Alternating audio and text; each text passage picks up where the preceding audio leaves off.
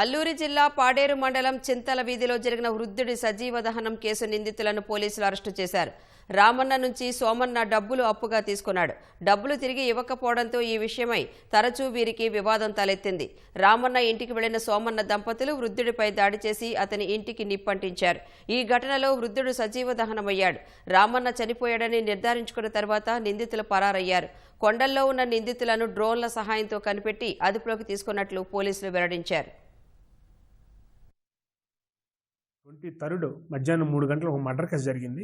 25వ తేదీన ఇన్ఫర్మేషన్ రావడం జరిగింది. ఇమీడియట్లీ మనం క్లూస్ టీమ్ తో ఆ హిల్ పైకి వెళ్లి ఆ సీన్ పరిశీలించడం జరిగింది. కొర్రా రామన్న అనే వ్యక్తి చనిపోయి ఉన్నారు. దానికి వాళ్ళ అబ్బాయి మనకు రిపోర్ట్ ఇవ్వడం జరిగింది. చిన్నబాబు ఈ కొర్రా రామన్న అనే అతను వంతల సోమన్నకి 5,600 రూపాయలు అప్పుగా ఇచ్చాడు 2 years బిఫోర్. ఆ డబ్బులు ఎప్పటి నుంచి అడుగుతుంటే ఇవ్వలేదు. సోమన్న ఆవిడ భార్య ఇద్దరు కలిసి జీలుకల్లు అని చెప్పి ఇంటి దగ్గరికి వచ్చారు. అప్పుడు ఇద్దరి మధ్య ఘర్షణ జరిగింది.